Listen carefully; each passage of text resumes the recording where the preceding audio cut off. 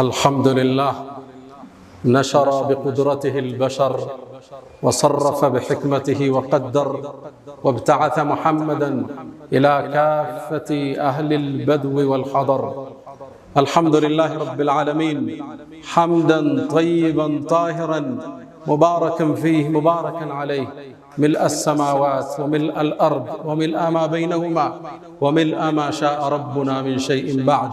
أهل الثناء والمجد أحق ما قال العبد وكلنا لله عبد.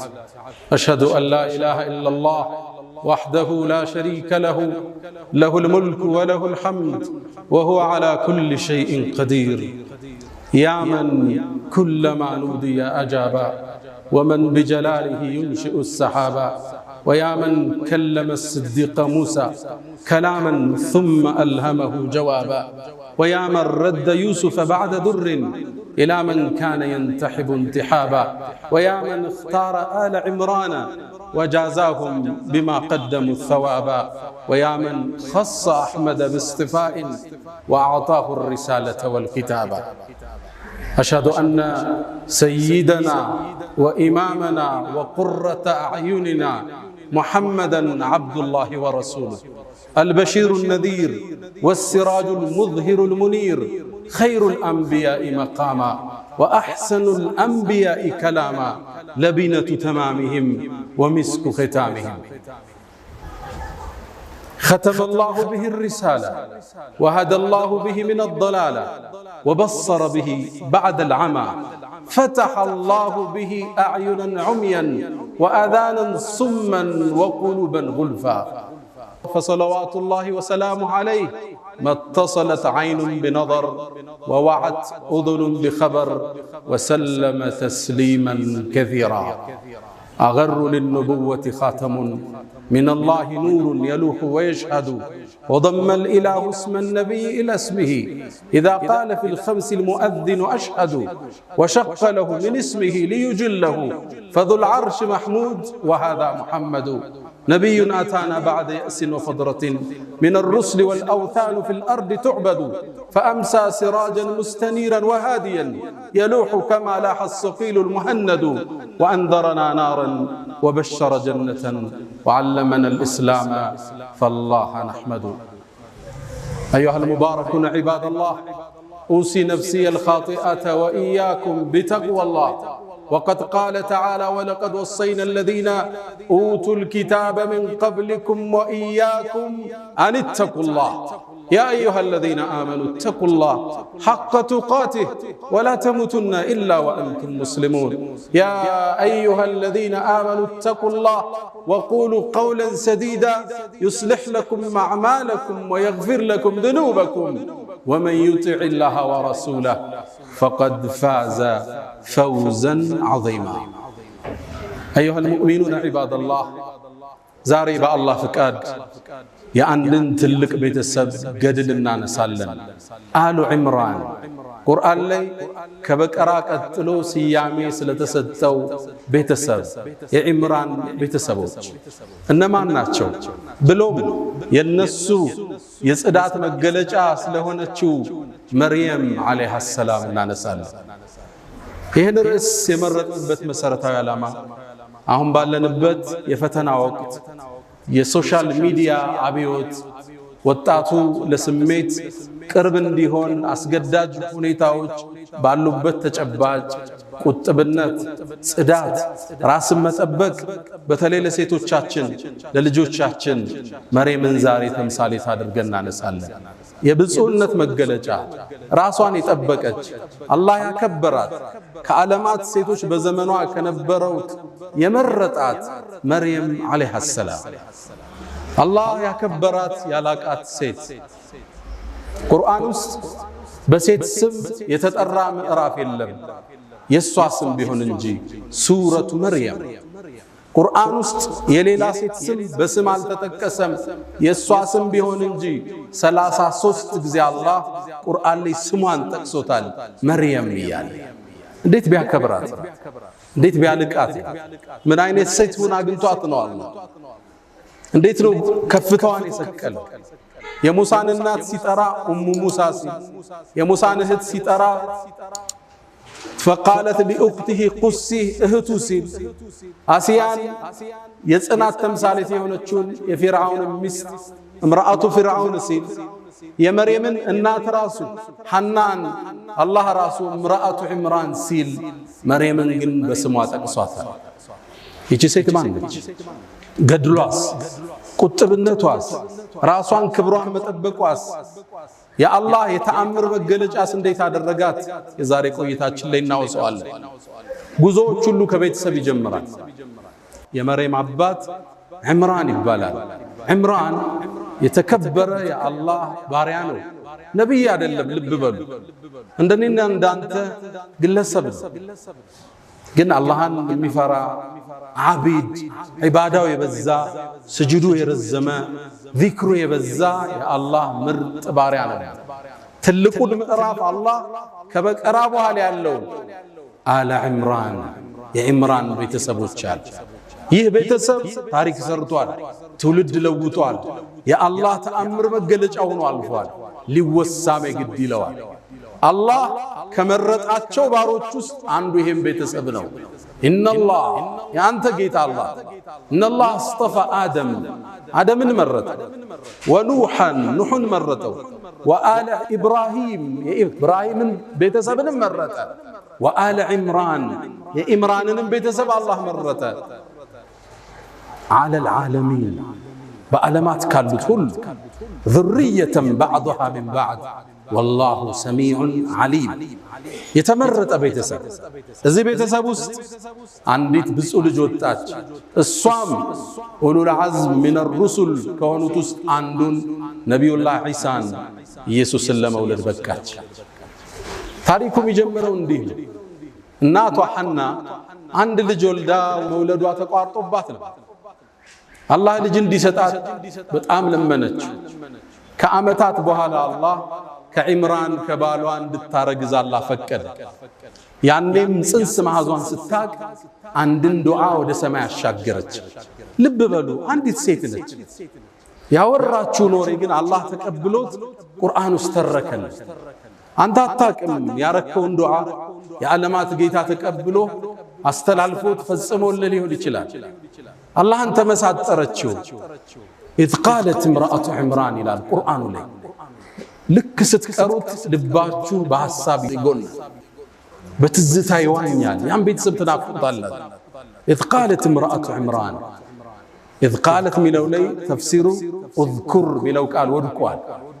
አንተ መሐመድ የዕምራንን ባለቤት እንዲህ ባለች ጊዜ የሆነውን ለኡመቶችህ አውሳ። እዝኩር ሚለው ወድቋል ብላለች። ረቢ ጌታዬ እኒ ነዘርቱ ለከ ማ ፊ በጥኒ ሙሐረረን ማኅፀኔ ውስጥ ያለውን ጽንስ እኮ ላንተ ነፃ አገልጋይ እንዲሆን ቃል ገባዋለች፣ ሰጥቼዋለሁ። ያንተ አገልጋይ ይሁን ሲወለድ፣ በይተል መቅዲስን መስጅድህን አገልጋይ ይሁን ነይቼዋለሁ አለች። ማ ፊ በጥኒ ማ ምንለው ሐርፍ መውሱል እንለዋለን በነሕው ቋንቋ። ዩፊዱል ዑሙም ጥቅል ነገር ነው የሚያስዘው። ሆዴ ያለውን የቱሉም ነገር ላንተ ነይቼዋለሁ። ወንድ ይሁን ሴት፣ ሁለት ይሁኑ ሶስት፣ ላንተ አገልጋይ ይሁን። አረገዘች። ከመውለዷ በፊት ባሏ ዕምራን አልፏል። ስለዚህ ባል ስለሌላ የተወለደው ሴትም ይሁን ወንድ እሷን ሊያግዛት ነው የሚገባ። እሷ ግን ለአላህ ሰጠች። ሆዴ ውስጥ ያረገዝኩትን ጌታዬ ላንተ ሙሐረረን ነፃ ሲሆን አድርጌዋለሁ። ከዛስ ምን አለች? ፈተቀበል ሚኒ ተቀበለኝ። ስራ ሰርተህ መቀበል ማለት ቀቡል። አላህ በውዴታ ሲቀበል ቀቡል ይባላል። እዛ ነው ነቢዩላህ ኢብራሂምና እስማዒል የከዓባን ግንብ እያነሱ ረበና ተቀበል ሚና ኢነከ አንተ ሰሚዑል ዓሊም፣ ጌታችን ተቀበለ። ኸይር ትሰራለህ፣ ቁርአን ትቀራለህ፣ ዘካት ትሰጣለህ፣ እንዲቀበልህ ግን ሰማይን ታንኳኳለህ። ጌታዬ ተቀበለኛል። ኢነከ አንተ እኮ ሰሚዑን ዓሊም፣ ሰሚነ አዋቂን፣ ዱዓዬን ትሰማለህ፣ ዓሊም ንያዬንም የውስጤን ታውቀዋለህ ብላ ሰማይን አንኳኳች። ፈለማ ወضዐትሃ ልክ ስትወልድ ግን ወንድ አልነበረ፣ ሴት ተወለደች። የጠበቀችው ወንድ ሆኖ ዳዕዋን የሚያግዝ የዒምራንን የባሏን ኃላፊነት የሚወጣ መስጂድ የሚኸድም በኒ እስራኤሎችን ለማጥናት የሚታገል ሰው እንዲሆን ነው ንያዋ። ሴት ወለደች፣ ደነገጠች። ቃለት ብላለች ረቢ ወضعتها انثى ሴት እኮ ወለዱ። ሴት ደግሞ እንደ ወንድ አይደለም። አላህ ምን እንደወለደች ጠቅቆ ያውቃል።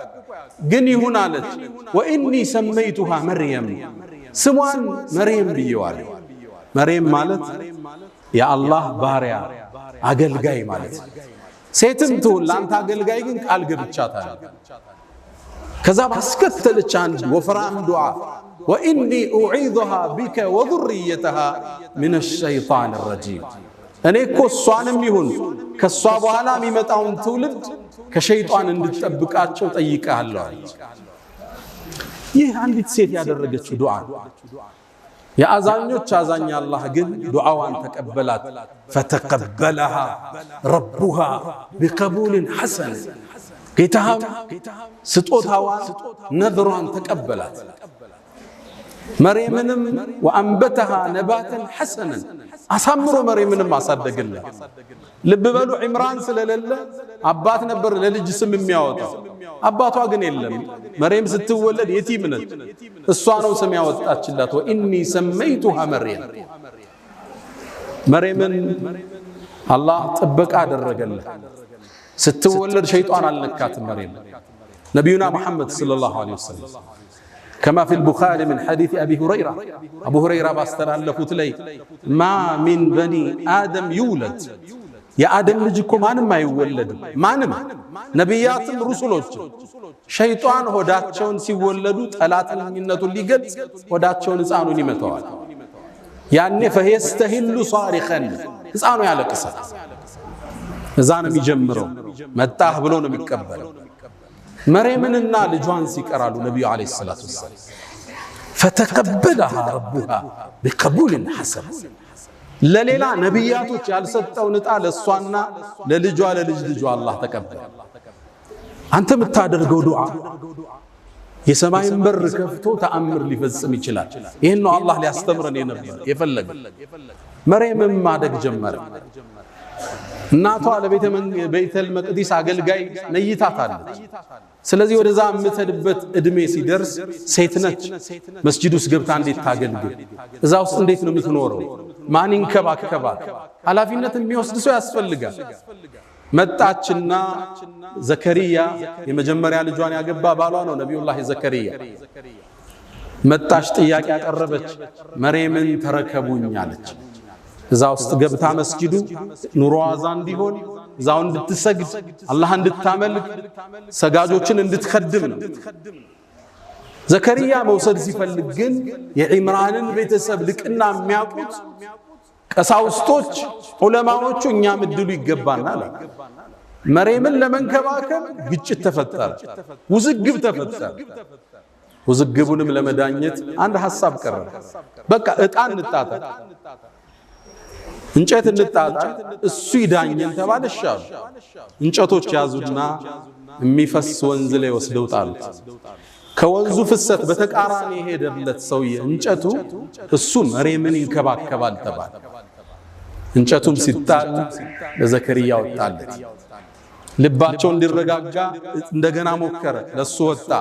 3 ጊዜ ለዘከሪያ ወጣ። ለዛ ነው አላህ ወከፈለሃ ዘከሪያ እሷን የመንከባከብ ኃላፊነትም ዘከሪያ ወሰዳል። ለነብዩ አለይሂ ሰላቱ ወሰለም የነ መርየምን የነ ዘከሪያን ታሪክ ይተርክላቸውና ذلك ይሄው የነገርነኮ من انباء الغيب ከሩቅ ሚስጥር ነው የነገርን። አንተ እኮ ከነሱ መሃል አልነበርክም። ዕጣ ሲጣጣሉ አይሁም ይክፍሉ መርየምን እኔ ነው የሚገባኝ እኔ ይያሉ ዕጣ ሲጣጣሉ አንተ መሐመድ እነሱ መሃል አልነበርክም። وما كنت لديهم اذ يختصمون እነሱ መሃል ውዝግብ ሲፈጠር መች ነበርክና ይላቸዋል። አህመድ አልዲዳት የንጽጽር ኤክስፐርቱ ይሄን አንቀጽ ሙእሚን ሲቀራው እንባውን መቆጣጠር አይችልም ይላል። አላህ ለመልእክተኛው አለይሂ ሰላቱ ወሰለም ከመቶ ዓመታት በፊት የነበረን ክስተት ዘግቦ እየነገራቸው ነው። የነበረውን ፍጭት ውይይት ማን ነው የሚገባው ይሄን ውዝግብ ሁሉ አላህ ለመልእክተኛው በወህይ የገለጠላቸው። መርየም ማደግ ጀመረች። ቤተል መቅዲስ ውስጥ ገባች። ሚንከባከባት ዘከርያ ነው። ልብስ ይወስድላታል፣ ምግብ ይወስድላታል፣ እንክብካቤ ላይ ነው። መርየምን አላህ ከልጅነቷ ጀምሮ ከራማ ሰጣት። ከራማ ማለት ለሌሎቹ ብዙ ጊዜ የማይከሰት ክስተት አላህ በእጅህ እንዲፈጸም ሲያረጋው ማለት ተአምር ይታይባት ነው። ታዲያ አንዴ ዘከርያ ደነገጠ። በገባ ቁጥር ምግብ ያገኛል። እንዴ ነው አይደል? እንዴ እሷን የመንከባከብ ኃላፊነት ወስደው ምግብ ማን አመጣላት? ያልፈዋል። ኩለማ ደኸለ ነው የሚለው ዘከርያ ወደሷ በገባ ቁጥር ሁሌም ምግብ ያገኛል። ወጀደ ዐንደሃ ሪዝቃ ምግብ ያገኛል። አንዴ ጨነቀው። እንዲጠይቅም ያስገድደው አንድ ምክንያት አገኘ። የክረምቱን ምግብ አላህ በበጋ ይሰጣታል። በበጋ ማይገኘውን በክረምት ይሰጣታል። ዘከርያ ተገረመ። ያ መርየም አንቺ መርየም ሆይ አና ለኪ ሃዛ ይሄ ነገር ከየት ነው የመጣው አለ። ያመጣልሽ ሰው አለ? እንዴት የክረምቱን በበጋ አገኘሽ?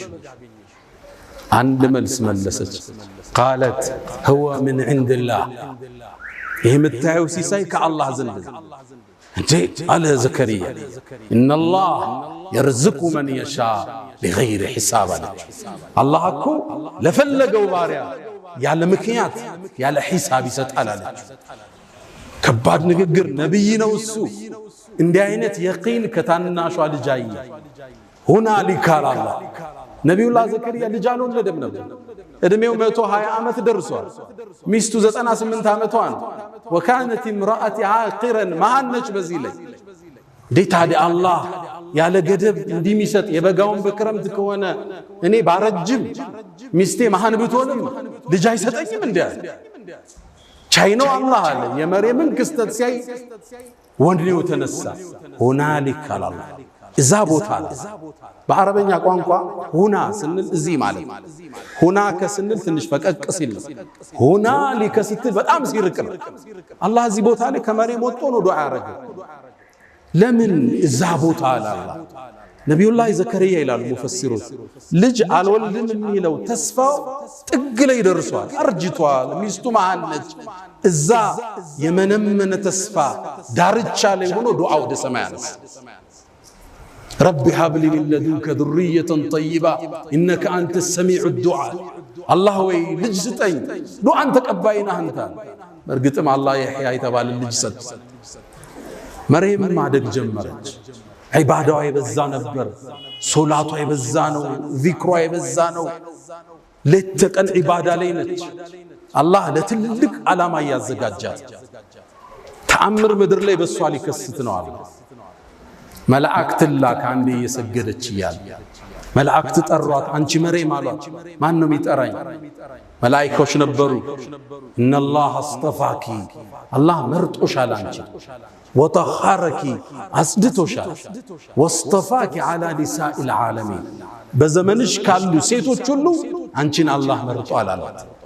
ያ መርየም አንቺ መርየም ወቁኑቲ ሊረቢኪ ወስጁዲ ወርከዒ መዐ ራኪዒን ከሰጋጆች ጋር ኢባዳሽን ጠንክሪ ለትልቅ ዓላማ ታጭተሻል አሏት መላእክቱ። መርየም አደገች። እድሜዋ እየገፋ ሄደ። 17 ዓመት እንደሆናት በአንድ በተባረከ ቀን ወደ ምስራቃዊ ቦታ ከቤተል መቅዲስ ለቃ ሄደች።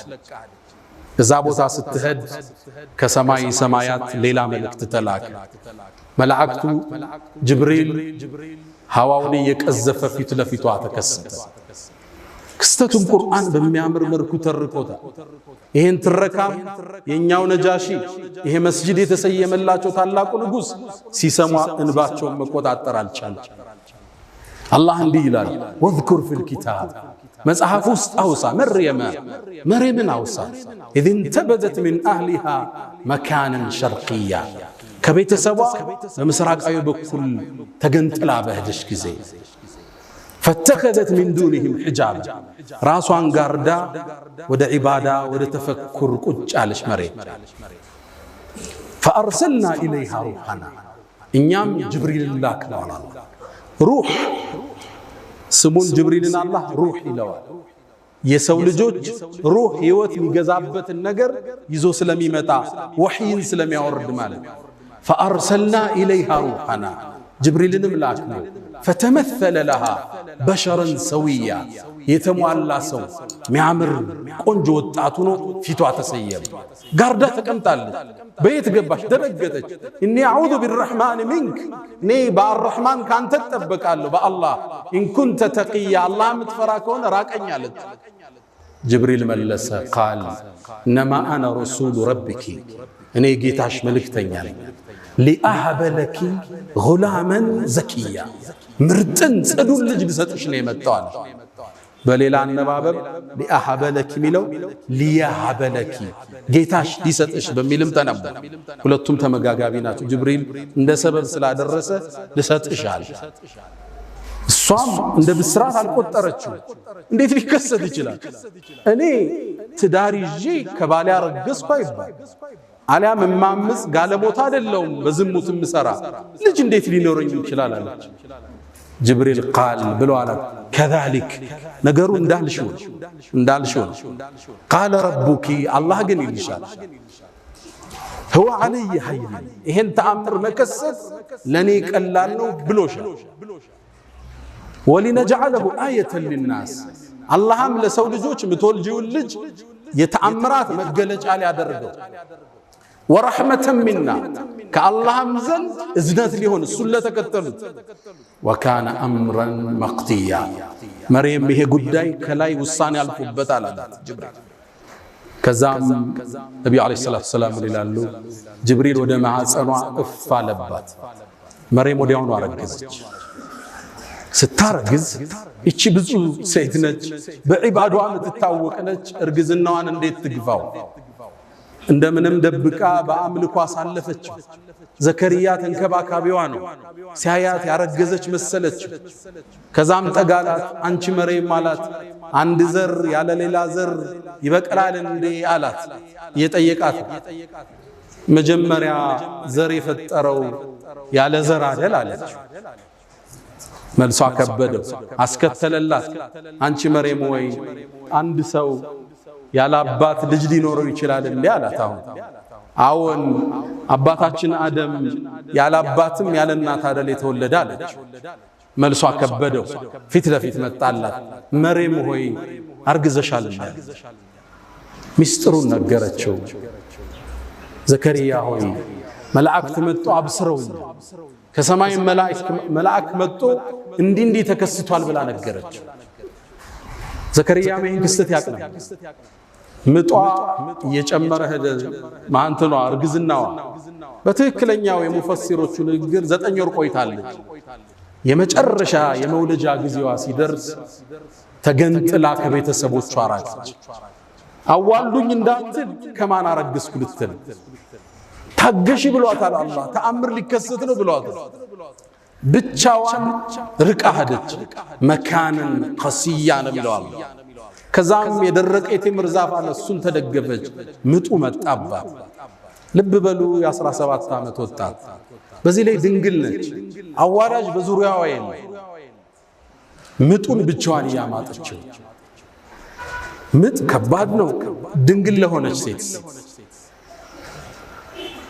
ታዲያ መርየም ልትወሳ ይገባት? ምጡ ውስጥ ስትገባ ልጁ እየተወለደ ነው። አመማት። ከዛ ደግሞ ልጁን ወልዳ ይዛው ልትሄድ ነው። የታመጣሽ ሊባል ነው። አባቱ ማን ነው ሊባል ነው። ጭንቅላቷ ፈረሰ። فقالت يا ليتني مت قبل هذا ከዚህ በፊት ሙቼ በነበር ምን አለ وكنت نسيا منسيا ተረስቼስ በነበር አለ። ወዲያው ዒሳን አላህ አወጣው። ልጇን ኢየሱስ ተወለደ። فناداها من تحتها ملائكان يتطارات عليام ልጇ ነው ይባላል። ልጇ የሚለው ቀውል አصح ነው። ምነው ለሚቀጥለው ተአምር መንደርደር ያስለው። فناداها من تحتها الله ዒሳን አናገረው ከሆዷ እንደወጣ።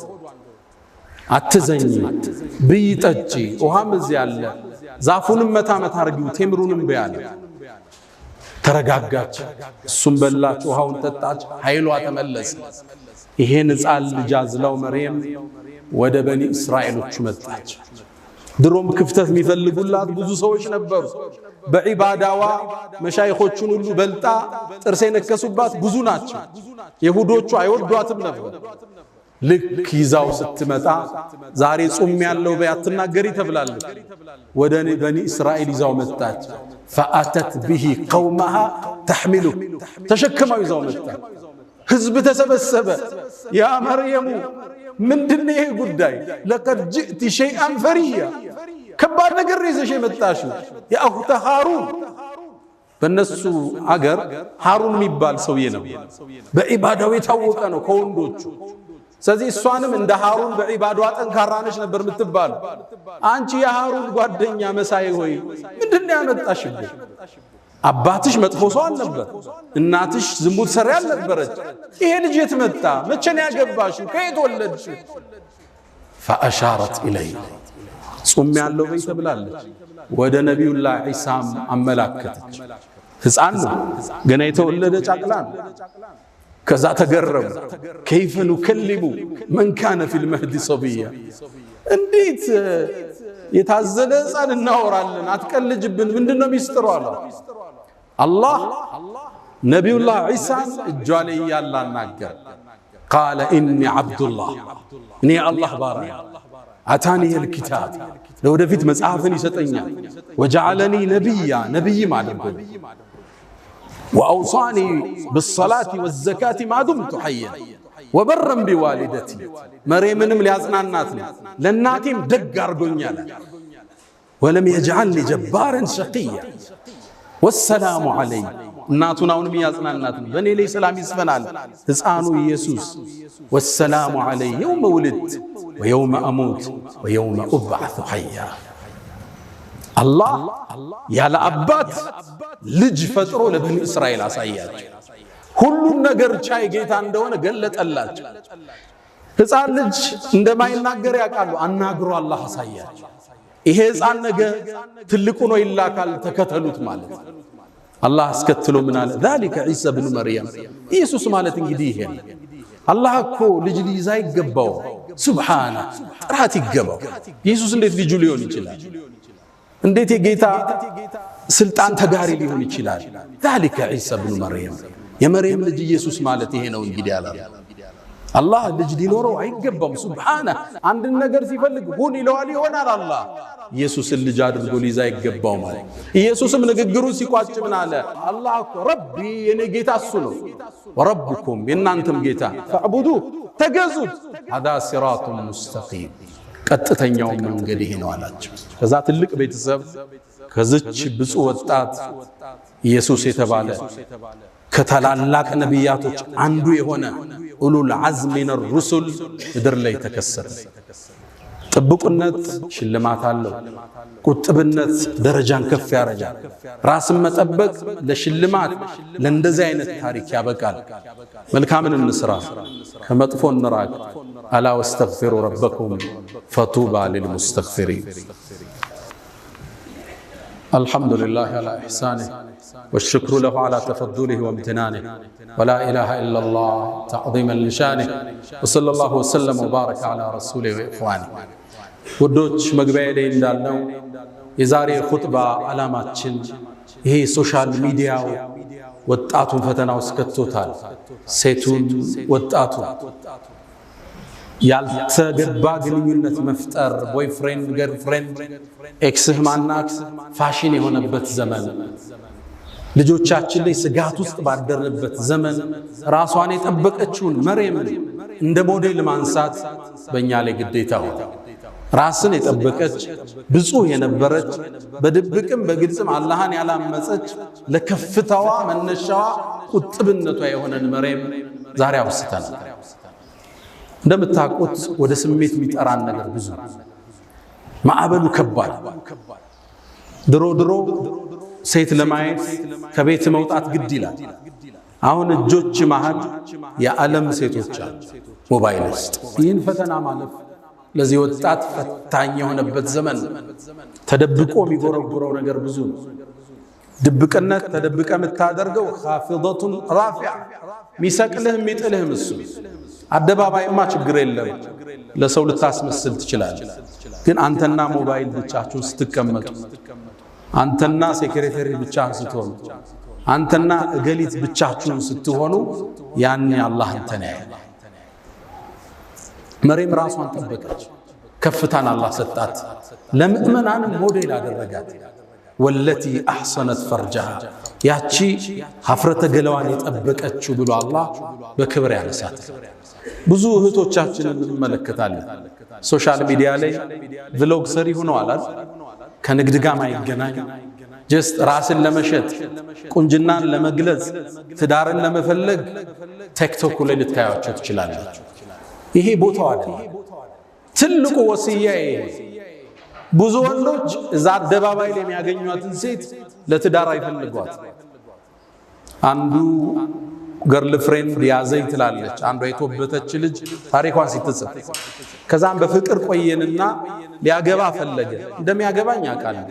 ሰርጋችን መቼ ነው ስለው እኔ እኮ ለትዳር ያንቺ አይነትን ሰው አልፈልግም ለጊዜያዊ ቆይታ ነው እንጂ አለ። እኔ ለትዳር የምፈልገው እኮ ወንድም አታውቅ ሶሻል ሚዲያዋ ብዙ ረብሻ ውስጥ የሌለች ቁጥብ የሆነች የልጆችን እናት ነው የምፈልጋት። አንቺ እኮ ከወላጆችሽ ከሰረኩሽ እኔ ከኔ ማትሰረቅበት ምን ምክንያት አለ? ሴቶች ራሳችሁን ጠብቁ። ቦይ ፍሬንድ የሚፈልጋችሁ ካለ ለሽግግር ነው ለትዳር እንዳታስቡ። ሌላኛው አንዱ ቦይ ፍሬንድ አውሎ ቆይ ከዛ እንጋባ ስትለው አንቺ ሙእሚን ነሽ አላት። አዎ አለች። ኢነመል ሙእሚኑነ ኢኽወቱን አላት ይባላል። ታዲያ ሙእሚኖች እኮ ወንድማማች ናቸው አላት። እኔና አንቺ ፋሚሊ ነን እንጂ ባለ ትዳር መሆን አንችልም። ራስን መጠበቅ መልካም ዕጣን አያስመልጥም፣ ሽልማትን አይቀማም። ወዳጆች የነቢዩላህ ሹዓይብ ልጅ ወደ ሙሳ ስትመጣ አመጣጧን አላህ ገልጾታል። ወጃአት ኢሕዳሁማ ተምሺ ዐለ እስትሕያ ራሷን ጠብቃ መጣች። ሙሳን የመሰለ አላህን ያናገረን ነቢይ ማግባት ቻለች። ሐያዋ ከትዳር አላገዳት። ቁጥብነቷ ታላቁን የአላህን ነቢይ በማግኘት ልትሸለም ተደረገች። ትልቁ መልእክት መርየምን ያነሳንበት ራሳችን እንጠብቅ። ወጣቶች በተለይ ሴቶች ምንሰማው ታሪክ ብዙ ነው። የብዙ ሰዎች ህይወት እየተበላሸ ፊውቸራቸው እየጨለመ መጫወቻ እየሆኑ ነው የወጣቱ። ራስን መጠበቅ ለቁም ነገር እስክትደርሱ ቤተሰብ ሸልሞ እስኪድራችሁ ድረስ ስሜትን ማረክ ራስን መቆጠብ ከመርየም እንማረው ታሪክ ነው።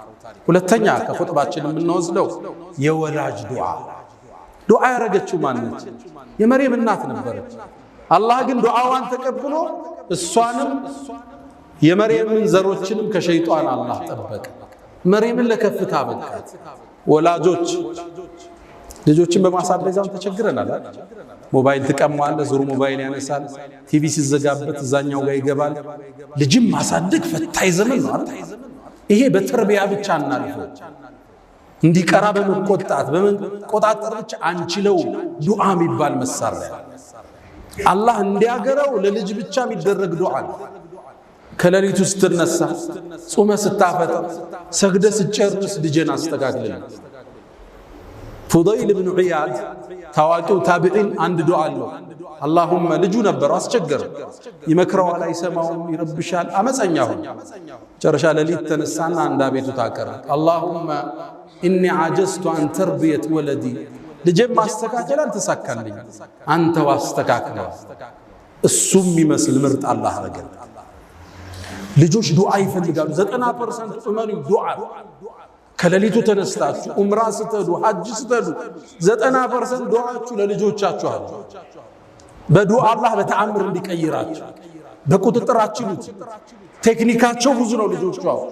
በቴክኖሎጂውም ትንሽ ተራምደው በልጠውና የሰጣቸውን ሞባይል ቆልፈው በራሳቸው መንገድ ይጠቀሙታል። ዱዓ ከመርየም እናት ምንማረው። ሶስተኛው ኢየሱስ አለይሂ ሰላም፣ ነብይ ኢሳ የተከበረ የአላህ ነብይ፣ መርየም የተከበረች ብፁዕ ቅድስት። የሁዳዎቹ ዲቃላ ናት አሉ። ነሷራዎቹ ጌታ የጌታ እናት አድርገው አመለኳቸው። እስልምና መሐለኛውን መንገድ ይዞ መጣ። ጌታ አይደለች፣ የጌታም ልጅ አይደለም። ግን እሷ የተቀደሰች ሴት ነች። ቁርአን ውስጥ ስሟ 33 ጊዜ የተጠቀሰች ሴት ነች። ብፁዕ ነች። ጅብሪል መጥቶ መንፈስን የከተተባት ሴት ነች። ክብሯን አላህ እስልምና አጎ ይሄን ብዙዎቹ ያዙ። አስታውሳለሁ እስር ቤት ላይ ያለን ብዙ ሰዎች እስልምናን ተቀብለዋልና አንዴ ካንዱ ጋር ክርክር ሳደርግ እስልምና ሊቀበል ወሰነና መጨረሻ ግን እኔ እኮ ኢየሱስን ወደዋለሁ እንዴት ነው ጥዬ መመጣ አለኝ። ኢየሱስን ጥለህ እንዳትመጣ አለ። ጥለህ ከመጣማ ሙስሊም አትሆንም አለ። እንዴት አለ? እስልምና ሁሉም ነቢያቶችን ካልተቀበለ አንዱን ከዘለልክ እምነት ሙሉ አይደለም አለ። እንዴት አለ? አብርሃምንም ሙሴንም ኢየሱስንም መሐመድንም ካልተቀበልክ ሙስሊም አይደለህም አለ። ከዛም አሁን የነገርኳችሁን የመርየምን ታሪክ የኢየሱስን ስነግረው ልጁ ሻሃዳ ከማዝ ውጭ አማራጭ አልነበረው። አብዛኞቹ አያውቁ መርየም እኛ ዘንድ ያላትን ቦታ ቁርአን እንዴት አክብሮ እንደጠራት እሷን አይደለም የእናቷን ዱዓ የሐናን ጠቅሶታል። የአባቷን የቤተሰቡን ስም ምዕራፍ አርጎታል። አለ ዒምራን የኢየሱስን ተአምር ንገረው። አለ ዒምራንን አልፈ ሱረቱን ኒሳ አልፈ ሱረቱል ማኢዳ ትገባለህ። እሱ ስለ ኢየሱስና ስለ ሐዋርያቶች ነው የሚያወራው። አላህ ከሰማይ እንዴት ማዕድ እንዳወረደላቸው ሱረቱል ማኢዳ አያውቁም አብዛኛው። ሲያውቁ ግን አሁን እየጎረፉ አልሐምዱሊላህ ረብል ዓለሚን። ሌላው አራተኛ የምናወሳው በዚህ ኹጥባችን ላይ ከመርየምና ካለ ዒምራን ታሪክ የምንማረው የነቢዩን ሰለላሁ ዐለይሂ ወሰለም መልእክትን በትክክል የማድረስ ከፍታ ታየዋል። ነቢዩ ታማኝና እውነተኛ ናቸው። በለገ ሪሳላ መልእክቱን አድርሰዋል። ስለ መርየምና ስለ ልጇ የተናገሩት ሐዲስ ተአማኝነታቸውን ይገልጣል። ምን አሉ? ማሚን መውሉድ አሉ ቡኻሪ ላይ አቡ ሁረይራ ባስተላልፍ ዘገቡ። ማንም ሰው እኮ አይወለድም ሸይጣን ሲወለድ ሆዱን የነካው ቢሆን እንጂ የቆነጠጠው ቢሆን ያን ያለቅሳል። መርየምና ልጇ ሲቀሩ ማንም ማለት ነቢያቶችን ሁሉ ማለት ሩሱሎችን ሁሉ ራሳቸውን አላካተቱ። አዎ ነቢዩ ከመርየምም ከዒሳም በደረጃ ይበልጣሉ። ነቢዩላህ ኢብራሂምም ይበልጣሉ፣ ሙሴም ይበልጣሉ። ግን እቺ በእናቷ ስፔሻል የተሰጣቸው ሽልማት ነቢዩ ራሳቸውን አላካተቱ። ስታስተላል በውሸት መድመቅ የለብህም። ያልተሰጠህን ወደ ራስ መጎተት የለብህም። የነቢዩ ሰለላሁ ዐለይሂ ወሰለም የአማና ጥግ እዚህ ሐዲስ ውስጥ ታገኘዋል። ማንም የተወለደ የአደም ልጅ ሸይጣን ሆዱን የነካው ቢሆን እንጂ መርየምና ልጇ ሲቀር እኔንም አላሉ ነቢዩ ዐለይሂ ሰላም። እውነተኝነት የእስልምና የከፍታ ምንጭ። አንዴ ነቢዩ ዐለይሂ ሰላቱ ወሰላም ልጃቸው ሞተ። ልጃቸው ሲሞት ፀሐይ ተጋረደች። ሰሃባ ሁሉ ደነገጠ። የነቢዩ ልጅ እኮ ስለ ሞተ ፀሐይ ተጋረደች።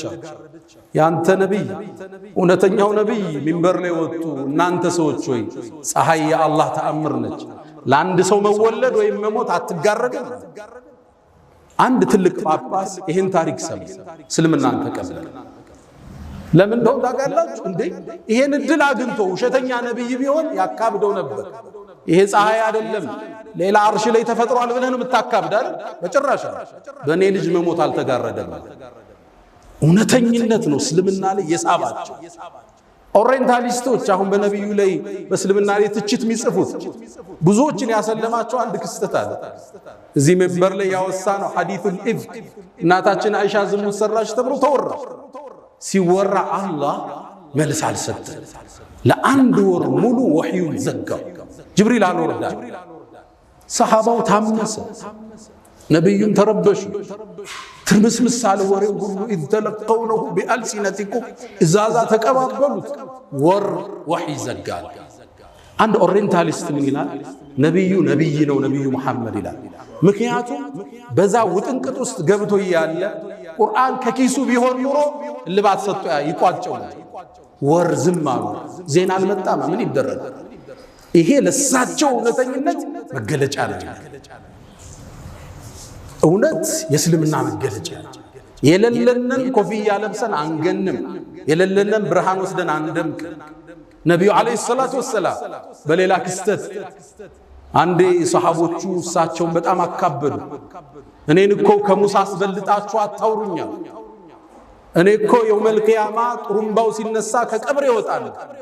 سوتا نبي الله موسى يعرش مسوسوችን ተደግፎ አገኘዋል ቀድሞኝ ተነስቶ ይሁን አለም ካልሞቱት አላህ አይሞቱም ያላቸዋል ونفخ في الصور فصعق من في السماوات ومن في الأرض إلا من شاء الله الله بطرمباو ማይሞቱ ከሱ መሻው ውስጥ የከተታቸዋል ሙሳም አምልጦ ይሁን እዚህ መሻው ውስጥ አለም ቀድሞ የተነስቶ እንደሆነ አላቀም ከሱ በላይ አታጋኑኝ ይላል ራሳቸው ዝቅ ሲያረጉ ማለት እውነተኝነት የእስልምና መገለጫ የከፍታችን መገለጫ ነው አላ صلوا وسلموا على البشير النذير والسراج المنير وعلى آله وصحبه أجمعين يا من تحبون النبي محمدا صلوا عليه وسلموا طول المدى فصلاتكم وسلامكم نورا لكم بأمسكم وبيومكم ولكم غدا إن الله وملائكته يصلون على النبي يا أيها الذين آمنوا صلوا عليه وسلموا تسليما اللهم صل على محمد وعلى آل محمد كما صليت على إبراهيم وعلى آل إبراهيم وبارك اللهم على محمد وعلى آل محمد كما باركت على إبراهيم وعلى آل إبراهيم في العالمين إنك حميد مجيد اللهم أعز الإسلام والمسلمين وأذل الشرك والمشركين ودمر اللهم أعداءك أعداء الدين اللهم انصرنا في أهل غزة اللهم أرنا فيهم عجائب قدرتك اللهم كن لهم عونا ونصيرا يا أرحم الراحمين اللهم لا تدع لنا في مقامنا هذا ذنبا إلا غفرته ولا هما إلا فرجته ولا دينا إلا قضيته ولا مريضا إلا شفيته ولا غائبا إلا رددته ولا حاجة من حوائج الدنيا والآخرة إلا قضيتها يا أرحم الراحمين اللهم ربنا آتنا في الدنيا حسنة وفي الآخرة حسنة وقنا عذاب النار ألا فأقم الصلاة